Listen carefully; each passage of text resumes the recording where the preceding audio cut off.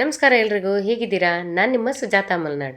ನಾನಿವತ್ತು ಸಂಜೆ ಕಾಫಿಯ ಸಮಯಕ್ಕೆ ಒಂದು ಗರಿಗರಿಯಾದ ತಿಂಡಿಯನ್ನು ಮಾಡಿ ತೋರಿಸೋಣ ಅಂದ್ಕೊಂಡೆ. ಇದಕ್ಕೆ ಹೆಚ್ಚು ಸಾಮಗ್ರಿಗಳ ಅವಶ್ಯಕತೆ ಕೂಡ ಇಲ್ಲ, ಬೇಗ ಮಾಡ್ಕೋಬೋದು. ಹಾಗಾದರೆ ಇಷ್ಟು ಸುಲಭವಾದ ತಿಂಡಿನ ಹೇಗೆ ಮಾಡೋದು ಅಂತ ನೋಡ್ಕೊಂಬರೋಣ ಬನ್ನಿ.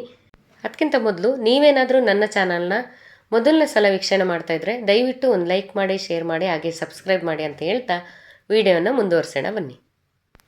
ಈ ಸುಲಭವಾದ ತಿಂಡಿನ ಮಾಡೋದಕ್ಕೆ ಏನೇನು ಬೇಕೋ ನೋಡ್ಕೊಂಬರೋಣ. ಮೊದಲಿಗೆ ನಾನು 1 ಬಟ್ಲಾಗಷ್ಟು ಗೋಧಿ ಹಿಟ್ಟನ್ನು ತಗೊಂಡಿದ್ದೀನಿ. ಆನಂತರ 1/4 ಬಟ್ಲಾಗಷ್ಟು ಮೈದಾ, ಹಾಗೆಯೇ 1/4 ಬಟ್ಲಾಗಷ್ಟು ಕಡಲೆ ಹಿಟ್ಟನ್ನು ಕೂಡ ತಗೊಂಡಿದ್ದೀನಿ. ನಂತರ 1 ಚಮಚ ಆಗುವಷ್ಟು ಓಂಕಾಳು, ಇದನ್ನು ಕೂಡ ಈ ರೀತಿಯಾಗಿ ಸ್ವಲ್ಪ ತಿಕ್ಕಿ ಹಾಕೋಬೇಕು. ನಂತರದಲ್ಲಿ ಇದಕ್ಕೆ ರುಚಿಗೆ ತಕ್ಕಷ್ಟು ಉಪ್ಪನ್ನು ಸೇರಿಸ್ಕೊಂಡ್ರೆ ಆಯಿತು. ಹಾಗೆ ಖಾರಕ್ಕೆ ಅನುಗುಣವಾಗಿ 2 ಚಮಚ ಆಗುವಷ್ಟು ನಾನಿಲ್ಲಿ ಖಾರದ ಪುಡಿಯನ್ನು ಹಾಕ್ಕೊಂಡಿದ್ದೀನಿ. ಹಾಗೆಯೇ 1 ಚಮಚದಷ್ಟು ತುಪ್ಪ ಹಾಕ್ಕೋಬೇಕು. ನಂತರ ಇದಕ್ಕೆ 1/4 ಬಟ್ಲಾಗುವಷ್ಟು ಚಿರೋಟಿ ರವೆಯನ್ನು ಸೇರಿಸ್ಕೋಬೇಕು. ಹಾಗೆಯೇ ಇದ್ರ ಜೊತೆಗೆ ಸ್ವಲ್ಪ ಎಳ್ಳು, ಒಂದು ಅರ್ಧ ಚಮಚದಷ್ಟು, ಹಾಗೆ ಪುಡಿ ಮಾಡಿ ಇಟ್ಕೊಂಡಿರೋಂಥ ಗೋಡಂಬಿ ಸ್ವಲ್ಪ 1-2 ಚಮಚ ಆಗೋಷ್ಟು ಹಾಕ್ಕೊಂಡ್ರೆ ಆಯಿತು. ಇದ್ರ ಜೊತೆಗೆ ತುರಿದಿಟ್ಕೊಂಡಿರುವಂಥ ಒಣಕೊಬ್ಬರಿನ ಈ ರೀತಿಯಾಗಿ ಸೇರಿಸ್ಕೊಂಡ್ರೆ ಆಯಿತು. ಇದೆಲ್ಲ ಮಿಶ್ರಣ ಆದ ನಂತರ ನೋಡಿಕೊಂಡು ನಿಧಾನವಾಗಿ ಸ್ವಲ್ಪ ನೀರು ಹಾಕ್ಕೊಂಡು ನಾವು ಸಾಮಾನ್ಯವಾಗಿ ಚಪಾತಿ ಹಿಟ್ಟು ಕಲಿಸ್ತೀವಲ್ಲ ಆ ರೀತಿ ಪೂರ್ತಿಯಾಗಿ ಕಲಿಸ್ಕೋಬೇಕು.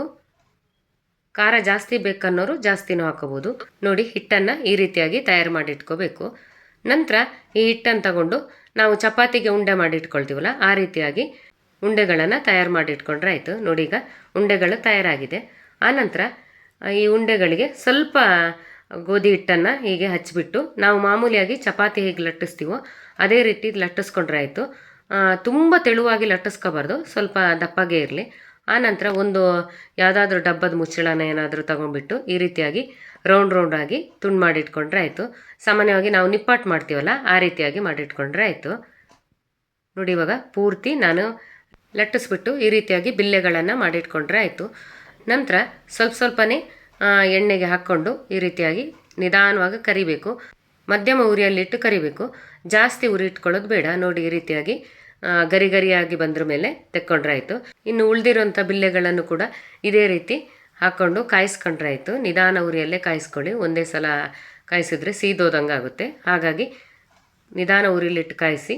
ಈ ತಿಂಡಿ ನಿಪ್ಪಟ್ಟು ಥರ ಕಾಣಿಸಿದ್ರು ನಿಪ್ಪಟ್ಟು ಥರ ಇರೋದಿಲ್ಲ, ಯಾಕಂದರೆ ಮೇಲ್ಗಡೆ ಗರಿಯಾಗಿದ್ದರೆ ಒಳಗಡೆಯಿಂದ ಸ್ವಲ್ಪ ಮೃದುವಾಗಿರುತ್ತೆ.